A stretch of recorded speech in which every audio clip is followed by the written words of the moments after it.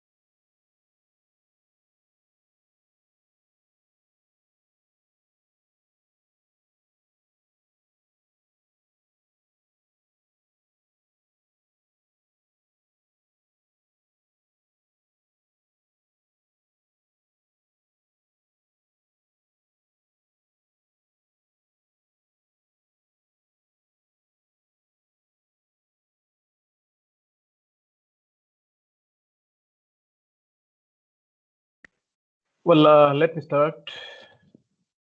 In fact, if you can remember, so we were discussing about the issues of valuation of environmental goods and services. In essence, we say that the valuation for environmental amenities or goods and services. So that is a tricky thing. And in fact, because you see, so environmental goods and services, they do not have a market as such. So that will come under the valuation of non-market valuation techniques. So we try to define what value is all about, and we try to differentiate between use value and non-use value, and we try to distinguish between different types of non-use values. And actually, insofar as non-market valuation techniques, we try to show that there are two different approaches. One is the revealed preference approach, and the other one is the stated preference approach. Insofar as stated preference approaches are concerned, basically we try to estimate the value of goods and services in question by asking hypothetical questions to a group of respondents. We'll try to find out how it can be done. Mostly it's the statement of the respondents based on which you can try to evaluate the valuation of environmental amenities. So there are certain issues out there. If the statement is towards there is a possibility of having biased statement of the people as well. It might go towards a little bit higher value. It might go towards a little bit lower value. So those things might happen out there. Insofar as the revealed preference methods are concerned, so these methods seeks to recover estimates of individuals, in a sense, willingness to pay, you can say, for environmental quality by observing their behavior in related markets. For example, so we have different types of actually techniques which can be used. So it is already shown out here. You can have a look at that. For example, in the case of different methods of valuation of environmental goods, in case of revealed preference, we have this hedonic pricing method, travel cost method, household production. There are a lot of methods actually, which are a kind of indirect way of evaluating goods and services, environmental goods and services. So these are some of them actually. So we'll be taking up a few of them: hedonic pricing, travel cost method, something like that. So in the case of direct method, so directly if you are asking and getting the value or response, so that will be falling under the stated preference method, like contingent valuation method or maybe contingent ranking method. So in the case of hedonic pricing model, for example, so probably we'll try to see the value of certain environmental attributes by looking at the prices probably in a housing market. For example, if certain houses are located towards certain area where actually environmental quality is good, people might be prepared to pay a little bit of higher price compared to those which might be located nearer to the market, open market, and other places where the environmental quality or air quality might be relatively less. So, so here actually we try to infer individuals' valuation for air quality improvement by considering their behavior in the housing market. Similarly, there is another method here, as you can see, travel cost method. In the case of travel cost method, the people try to infer the value people place on changes in quality at outdoor recreational sites. For example, we can go to different places. We can go to Shillong for recreational purposes. We can go to Tawang. We can go to many other places, right? We can go to Kaziranga. We go to Manas. Okay, so all those places actually. So we place certain value on the quality of these sites or maybe kind of outdoor recreational facilities. So that is reflected in the form of our willingness to spend or maybe our expenditure while visiting or while undertaking travel to these sites. Okay, so those things will indirectly tell us so how much value we place on these sites or recreational facilities. That way, in fact, we can infer the values of the environmental goods and services.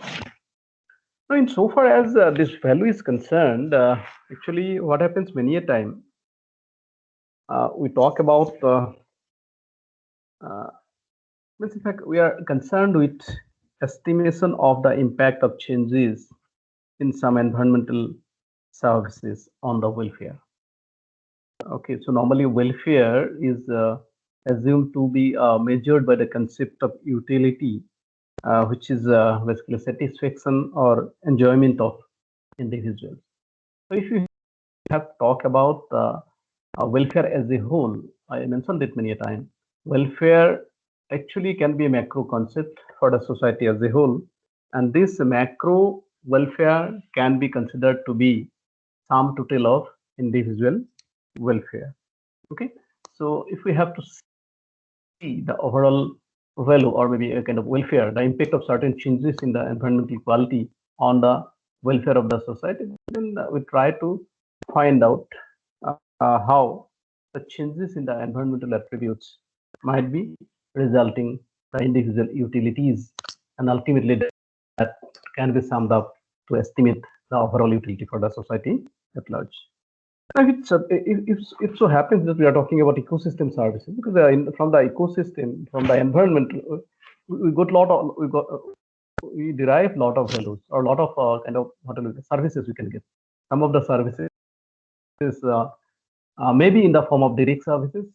We can collect goods and services. We get fresh air. Okay, so environmental quality is maintained by the forest ecosystem or maybe other ecosystems. So those things are there, right? Now, if because of certain things, some changes happen in the ecosystem, these ecosystem change might result in individual feeling worse off or better off.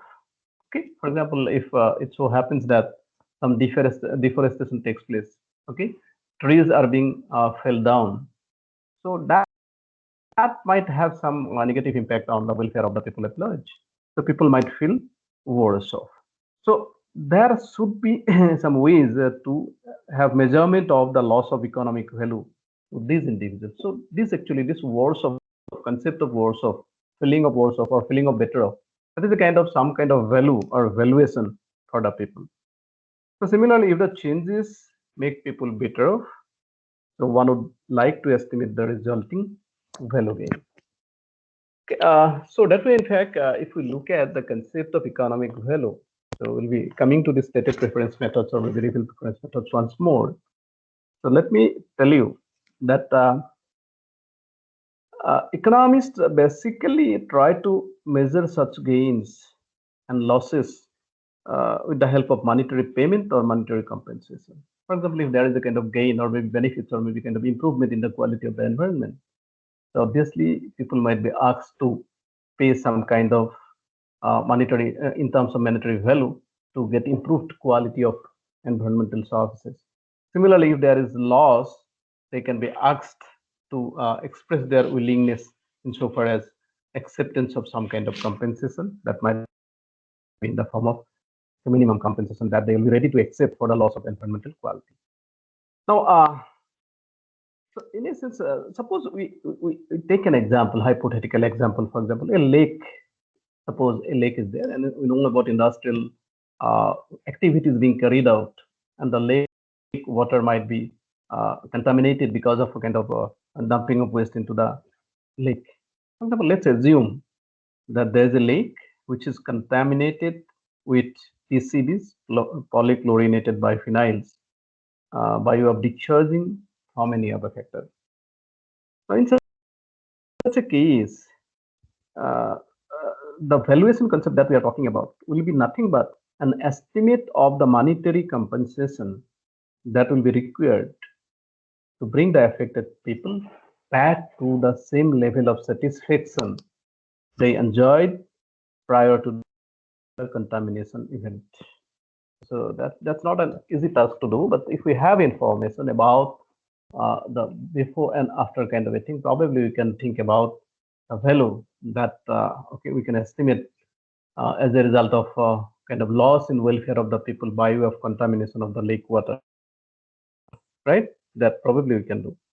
So this measure of value, if we take it for a few individuals or maybe one individual, we can aggregate that over all the affected people, as I pointed out, that actually this overall welfare is nothing but sum total of individual welfare. So that can be used to assign some damage payment to the factory responsible for the pollution. If we can find out how much of loss, okay, in terms of and the perception by the people is happening because of dumping of PCBs into the lake, then probably so they can be compelled to pay some kind of damage payment, right?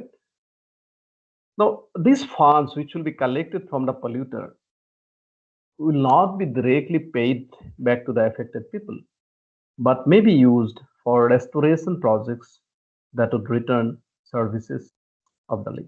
It's not necessary to conceive of the situation where we are directly making payment to the people who are affected because of this type of an activity, but rather we will be trying to go for restoration of the lake services, which might actually improve again satisfaction or maybe welfare of the people at large. So that might be one way. Another type of application probably might be in the form of a project which might be taken up to enhance a freshwater wetland to improve sports fishing opportunities. Might so happen that one group of people consist of the direct beneficiaries. So there might be direct beneficiaries of this type of activities. There might be indirect beneficiaries of this type of activities. So direct beneficiaries will be those who fish recreationally. So they might get enjoyment out of it. So in that case, by improving the freshwater wetland, okay, so their welfare will improve tremendously, and that will be direct benefit to the people out there who fish recreationally. So in that case, valuation will be used to estimate the maximum that the anglers would pay for this improvement in fishing, because the anglers will be benefited directly. So obviously, since there will be improvement in the benefits, and it is logical to ask for some kind of payment from the anglers. So the maximum amount that the people will be willing to pay, I'm talking about the anglers out here. So that can be considered to be a value for this improvement in the quality of the kind of lake that we are talking about, freshwater wetland, right? So normally we do not intend to collect money from the anglers, but the fact is that the angler's expression of his or her maximum willingness to pay, so that will represent how much the angler is prepared to compensate the rest of the society for the increased utility or increased individual enjoyment gained from the improved recreational fishing. Okay, so this maximum willingness to pay will be aggregated for all anglers who benefit to determine whether the benefits of the wetland project exceed the cost, which ultimately will facilitate an assessment of whether public funds should be spent in the project or not. So that way, in fact, valuation can be estimated with the help of this type of kind of indirect ways of estimating the welfare or utilities of the people from particular projects or particular activities which might help in improving certain environmental assets or resources. Now, we talked about two different types of approaches for non-market valuation, because these things actually, this wetland or other things, so this might be kind of fishing, so this might not be having a lot of marketing opportunities, so this may not be directly marketed. So in that case, what will happen? So we cannot go for direct market-based valuation approach of valuing these environmental resources. So we have to go for non-market valuation techniques.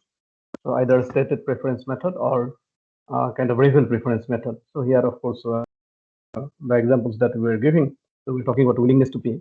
This willingness to pay is nothing but part of the stated preference method, or broadly it is considered to be part of the contingent valuation technique, which is one important component of kind of stated preference method, as you can see over here.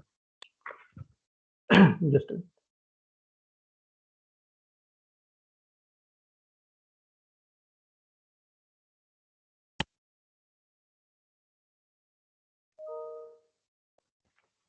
so in case of stated preference methods, actually there are a lot of literature which are available, and they actually point out to different techniques which are considered for evaluation of environmental resources. The literatures talk about a number of variants of the stated preference methods, but the most important two variants that we often talk about is contingent valuation method and the conjoint analysis. Contingent valuation method and conjoint analysis.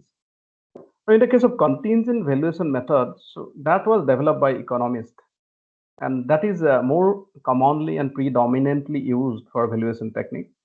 But in the case of conjoint analysis, it was developed in the marketing literature. But it doesn't mean to say that it is not used or applied by people for valuation. It is also being used, and different examples are there where this conjoint analysis was being used.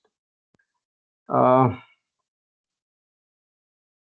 in the case of contingent valuation technique, the first known application of contingent valuation was by Davis in 1964 for hunters in other visitors to the woods of Maine in US. Later on, of course, there was other application of this contingent valuation technique, so which was used for estimating the value of waterfowl and wetlands. So in 1980s and 1990s, the quality and extent of contingent valuation studies increased considerably. So there are a lot of instances. If you go to literature, you will find a lot of studies being carried out, which actually made use of contingent valuation technique extensively. Now, in case of conjoint analysis, it was, as I pointed out, it was developed in the marketing literature to estimate prices for new products or modifications of existing products. Conceptually, it is similar to contingent valuation technique, and economists have come to recognize that it is another stated preference approach to estimating economic value when market prices are not available. So in the case of environmental economics or environmental application in 1983, so this technique was used to value air quality in national parks. So since then, the number of applications of this conjoint analysis in the 1990s increased manifold.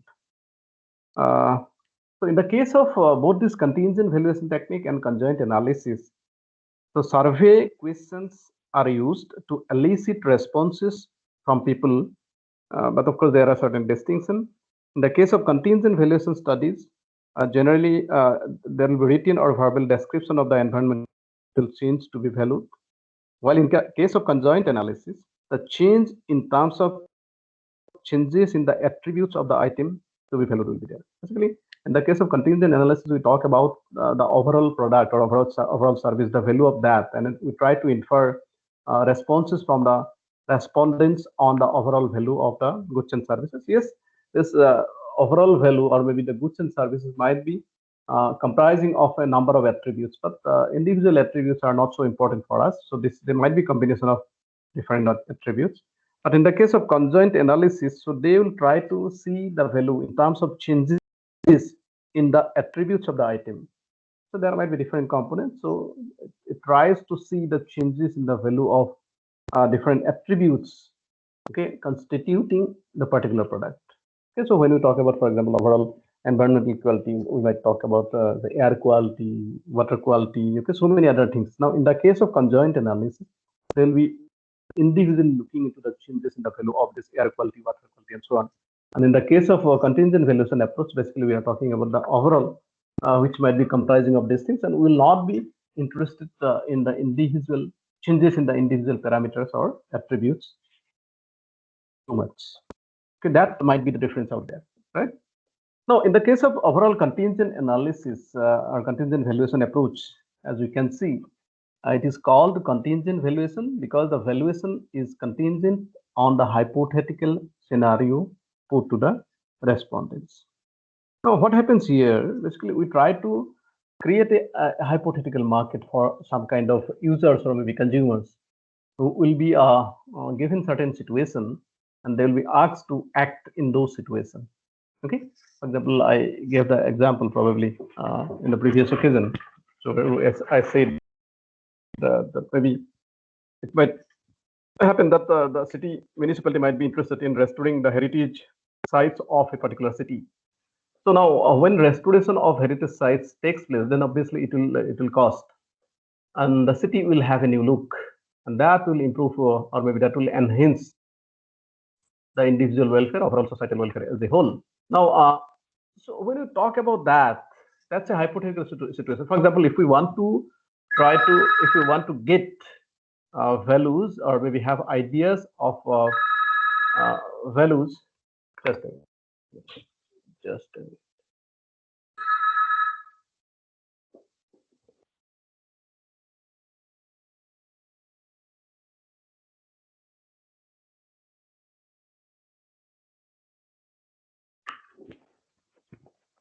Yes, when we are talking about talking about this type of a situation, so try to find out people's perception or people's actually valuation or maybe of these hypothetical changes in the environment, overall environment. So when we are talking about this kind of heritage sites or maybe old buildings, which might be again kind of, what will you say, go for kind of upliftment of the quality of those old buildings. Obviously, that will add to the value of the city life. Okay, so those things, for those things actually, how much people will be willing to pay, because they'll be having better values or better welfare, okay, overall. So that type of a thing. So it's a kind of hypothetical situation for which people will be asked to make certain comments regarding their willingness to pay, and that willingness to pay will constitute the valuation of the particular environmental goods and services by the community at large. So that is for the benefits. In some cases, there might be losses as well. So I gave the example probably. So route expansion might happen, so which might be done by acquisition of land from the people out there. Of course, land normally belongs to the state or the government, so they can do that. But even then, so there might be constructions or maybe houses. Okay, so many other things might be there. Agricultural products might be there, which might be damaged. So if the people have to sacrifice those all those things, then definitely they have to be compensated. Now, in the case of this type of changes in the situation, the people might be asked about their willingness to accept minimum compensation for the loss of welfare that might happen by way of acquisition of land, which might result in damage of buildings or maybe damage of trees and other things. So that minimum willingness to accept compensation might again be considered to be the indirect value of the kind of what do you see, value of expansion of the roads and resultant improved welfare of the society at large. So that way it goes. So it will have a number of components to be looked into, number of stages to be talked about. So mostly we can talk about these 5 stages. Of course, there is another exercise which is to be looked into, that is carrying out validity checks. We're talking about setting up of hypothetical market. Then secondly, the process of obtaining bids. Then thirdly, estimating mean willingness to pay or willingness to accept compensation. Then fourthly, aggregating the data. Estimating beat curves is part of that actually. Then aggregating the data. And lastly, we also talk about carrying out the validity checks. So these are some of the stages which actually, steps actually in carrying out this type of contingent valuation method. So Carson noted that there are actually 6 main components of a successful contingent valuation study. So how you define the market scenario, how well you can define the market scenario. Because so when you talk about a market scenario, the participants in the market should be provided enough information about what the goods or services we are talking about. And so if there is some change in the services, then how will it affect, how it will affect the overall welfare of the individuals who have participated in the survey. So those things are to be properly explained. For example, if a dam is being constructed, and for the dam, some replacement of the people have to be carried out. Now, people should be intimated, people should be provided compensation. Now, how much minimum compensation amount they are willing to accept, that will be dependent on a number of issues. So people should be intimated about all the pros and cons, all the stages in the process of uh, acquisition of land, and also related issues. And this should be very much clear. There should not be much of information asymmetry. People should be in a position to take a call based on the likely benefits or likely loss that they will be incurring or experiencing, and based on that they will be in a position to tell, okay, so what kind of value or compensation or maybe willingness to pay, so they will be prepared for this type of works. So choosing an elicitation method. Elicitation method means so what is the way of collecting the information from the people. So what kind of methods you will be using. So that is one important issue. There are different methods. We can look into those things. Then design market administration, design sampling. So sampling, all of you know actually. So you cannot go for asking everybody. Okay, for example, if we talk about this heritage building, restoration of heritage buildings in a city, the city comprises of so many, uh, such a huge population, you cannot ask everybody, it's in everybody to find their valuation or maybe willingness to pay. So that is not possible, then we have to go for sampling.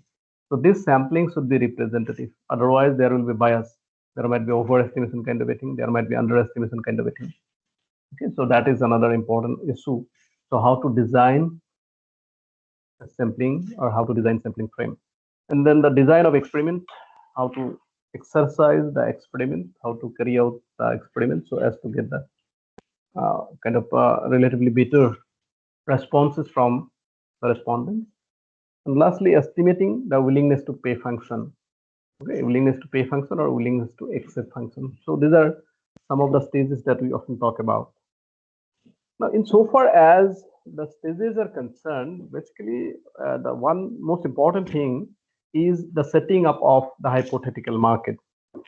In this case, so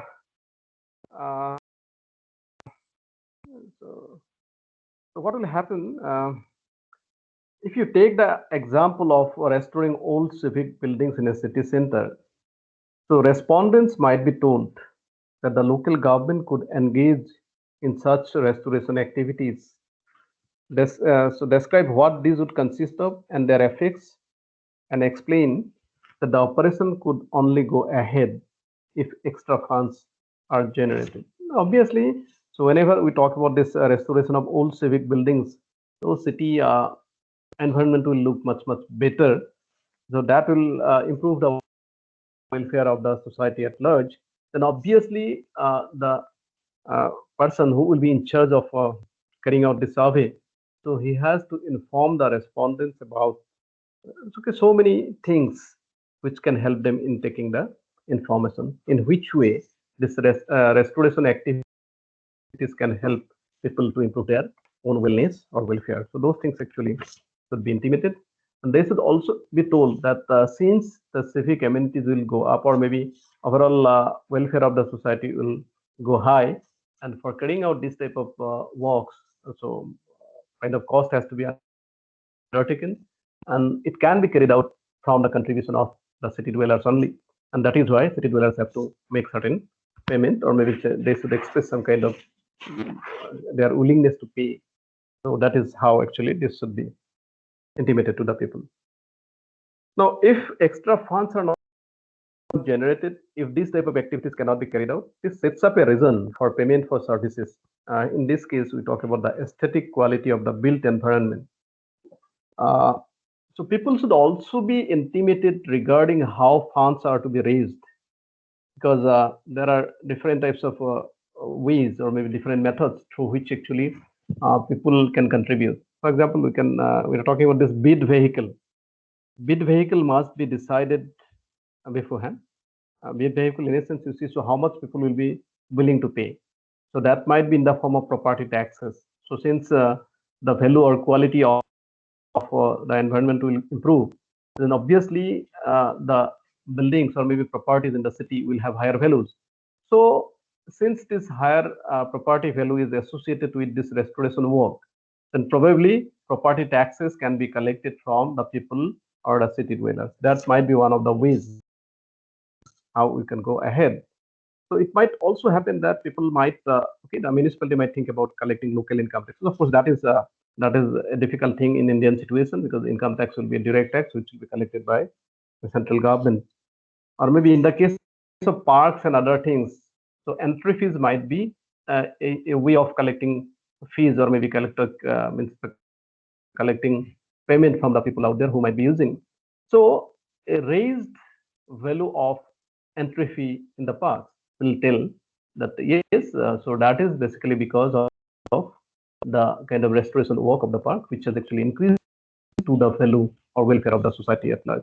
So these things can be actually decided beforehand, and accordingly people should be told that these are the ways we would like to collect payment from the people out there, right? Also, so when we talk about getting responses from the people, so how will we do that? We can carry it out with the help of certain ways. There are certain methods. For example, we can think about having a set of questionnaires. Questionnaires, probably questionnaires will be kind of a set of questions which will be asked, posed to the respondents, and they have to provide the answers to the questions, right? So that might be one way of doing it.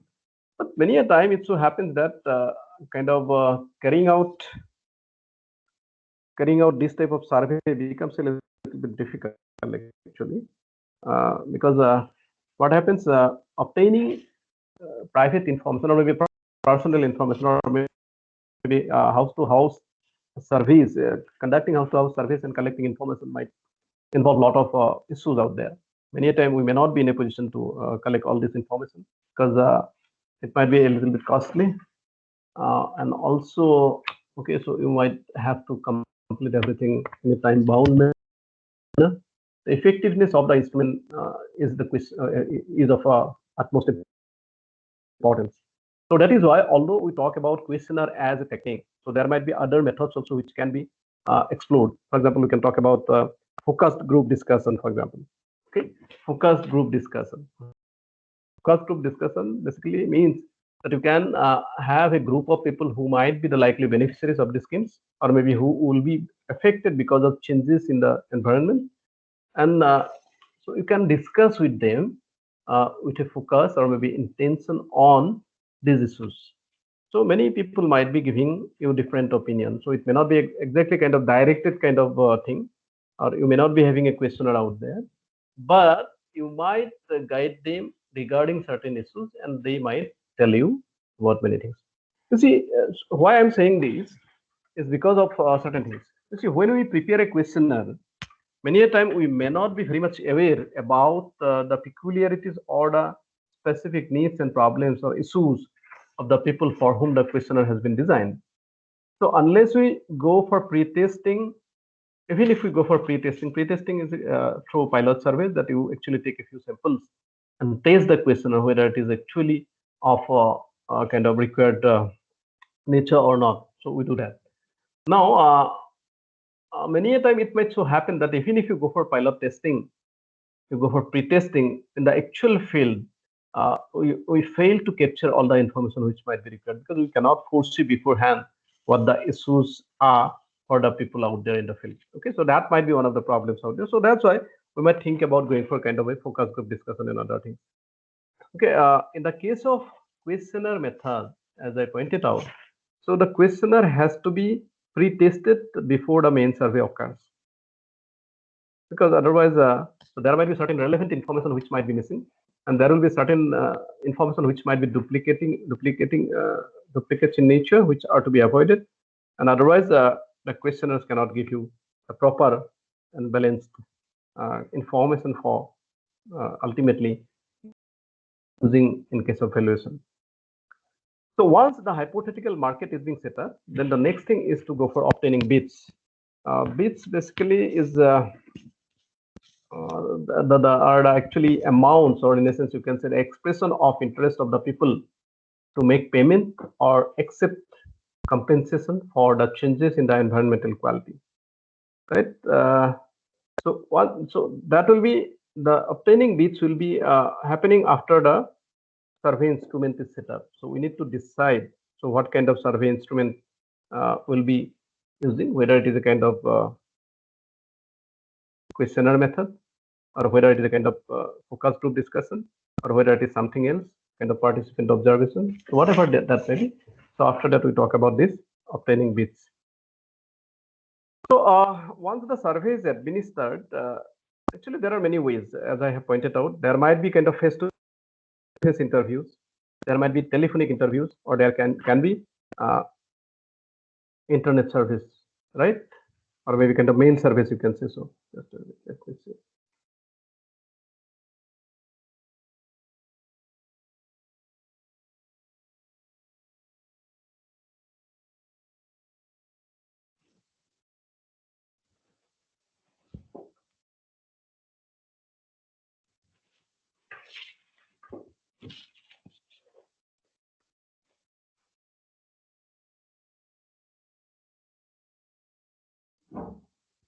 So in the case of face-to-face interview, see, so there is always a scope to kind of clarify many things which cannot be done in the case of telephonic interview and other things.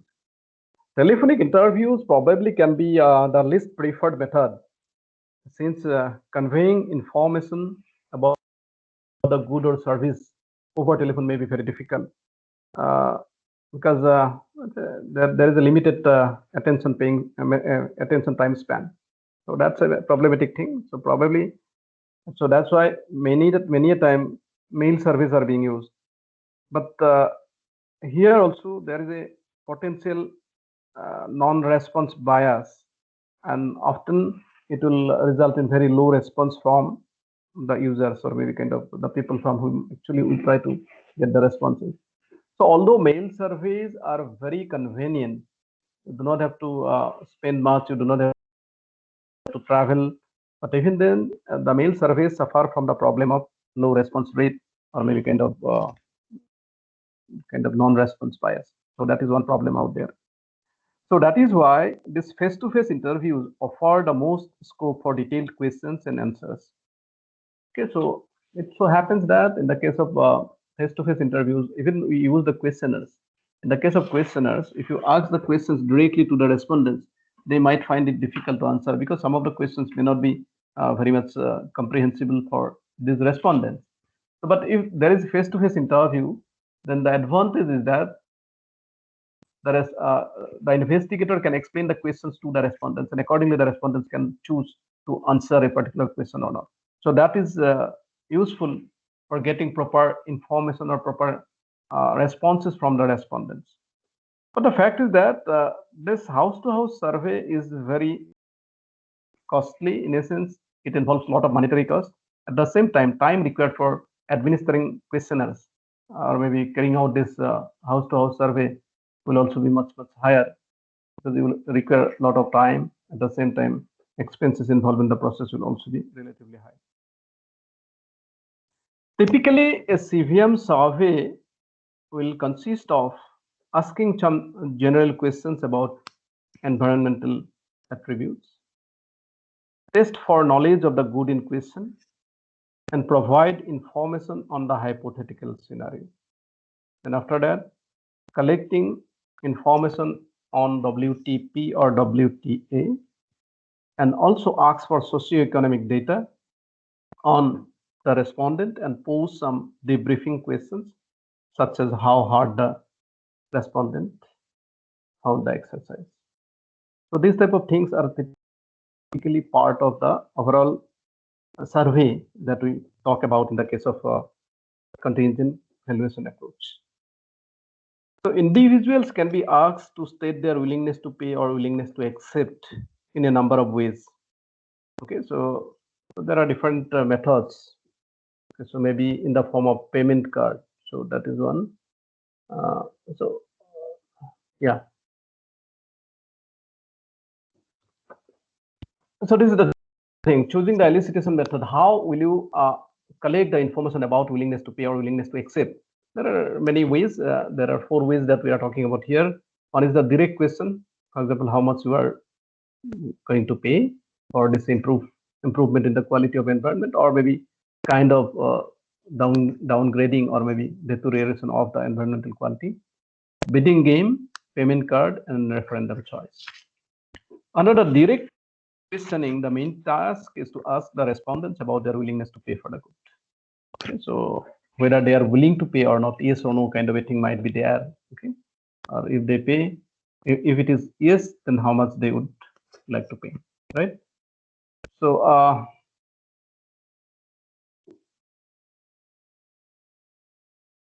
there are certain issues out there. So one thing is that so if people do not have prior information about this type of things, for example, many a time it so happens.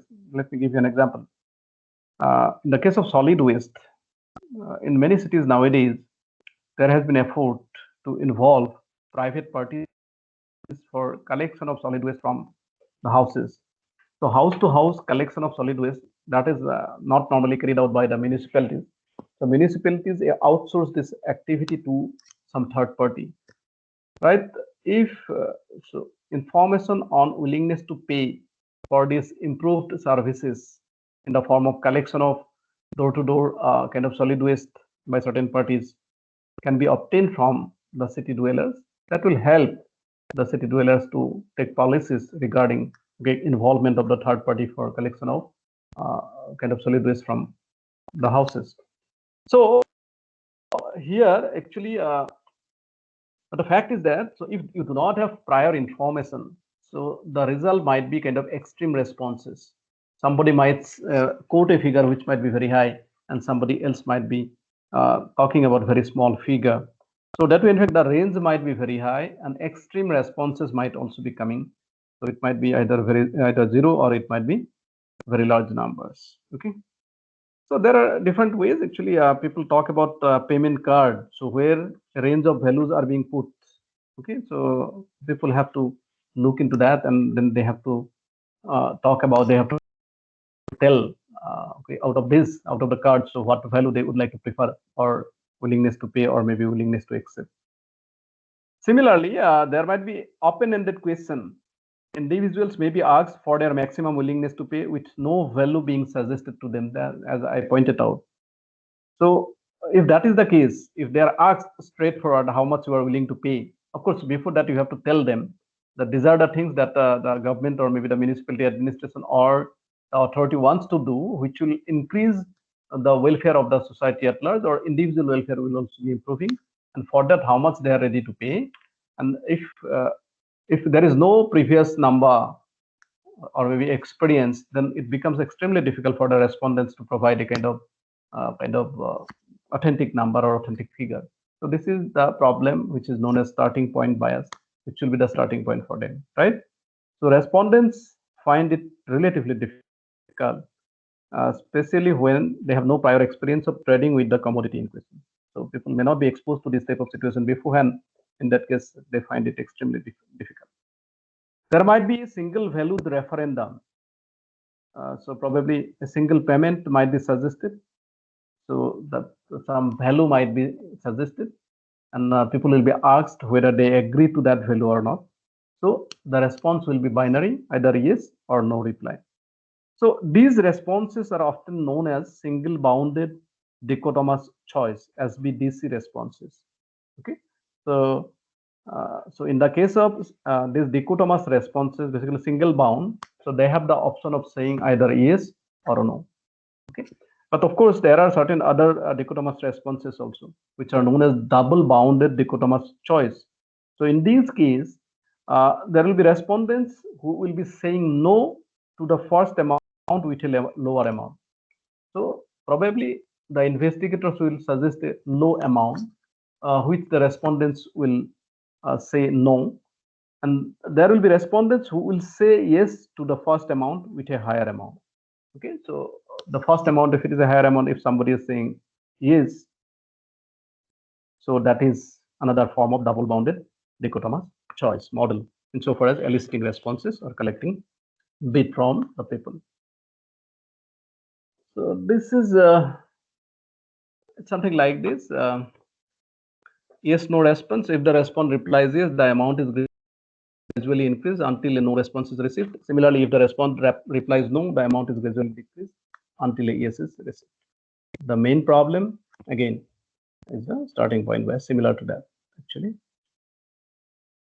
Payment card, I have already mentioned about that. A card with a number of figures spanning the range of responses that might be expected. Its card has payment amounts along with several reference expenditure amount. The basic problem with the payment card is that they cannot be used for telephone service. So discrete choice already I have mentioned. So these are some of the things, some of the ways you can actually collect information about the bid or maybe the willingness to pay or willingness to accept of the people. Once this exercise is being carried out, next stage will be to estimate the willingness to pay. Of course, let me also tell you that in the case of willingness to pay estimation exercise, okay, the people should be made aware about the different kind of changes that will happen because of intervention by the government and others. Okay, so that is done.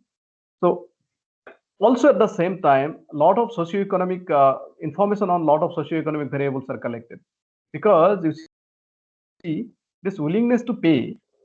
It may happen that some of the people might be willing to pay a little bit higher for the same work compared to other people.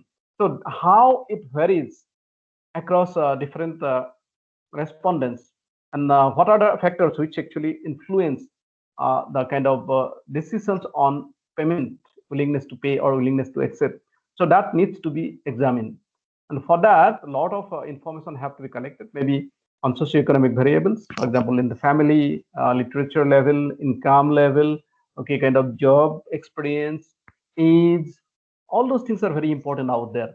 Many a time it so happens that you see willingness to pay might be expected to vary positively with a higher level of education, and the younger generation is expected to be more concerned about the quality of environment compared to the older generation. For all those things, actually there will be variation in the uh, amount that people will be willingness to pay or willingness to accept. So those things are to be reflected, and we need to find out whether these things are as per the expected relationship or maybe directional relationship between these variables or not. So those things are important. So that's why in the willingness to pay survey, along with these bids, that how much people are going to pay. So we also need to find out, okay, a lot of information or a lot of data regarding socioeconomic variable of the people who are actually participating in the survey out there, right?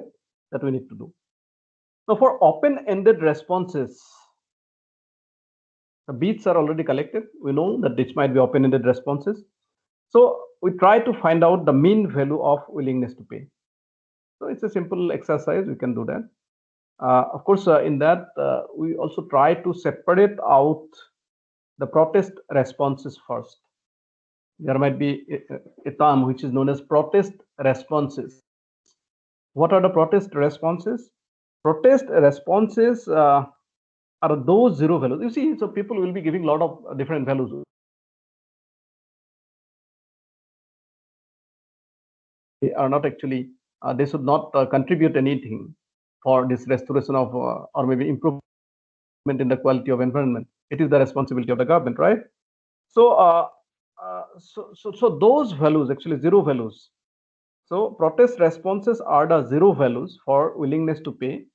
given for reasons other than a zero value being placed on the environmental good in question. Okay, so in some cases, people might say that he is not in a position to pay anything, so his willingness to pay might be zero. That might be because he is economically not good enough to make any contribution for that.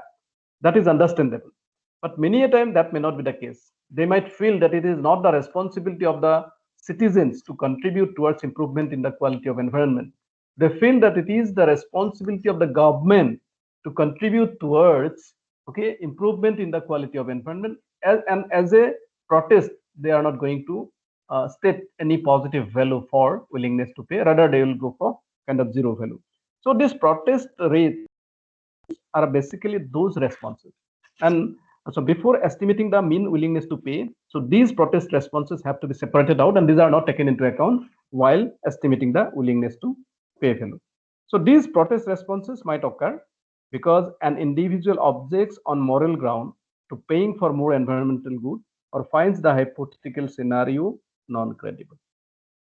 So mean willingness to pay is the relevant value for use in cost-benefit analysis. Although many a time people talk about median willingness to pay, because median willingness to pay is the one which is actually less impacted by the extreme values. And under these situations, people will prefer a kind of median willingness to pay. And from policy perspective also, from the political kind of cycle, or maybe in a sense, on the point of view of implementation of this policy also, it becomes a little bit easier for the authorities if you go for a kind of this type of an approach. Okay, so maybe instead of mean WTP, so median WTP can also be used out there. Okay, let me stop here for today. So we'll continue with this in tomorrow's class as well. So we have a hypothetical market scenario, and then we can try to have ways of obtaining the bids in different forms, and then we try to go for estimating the willingness to pay. Of course, along with estimating the willingness to pay, we'll also try to find out how the values of willingness to pay vary as per different socioeconomic variables. So whether younger generation are willing to pay more, whether richer section of the society are willing to pay more. So those issues we'll be trying to find out based on the data that we'll be collecting, and that can be actually linked.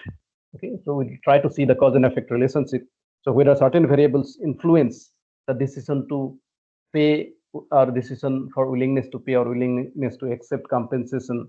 So those things are to be found out, because these things will ultimately help in policy framing and designing of the policies by the appropriate authority. So these things need to be looked into, and that is done out there as well. So okay, if you have any question till this point, so you can raise. So for the rest of the things, we can start it tomorrow again.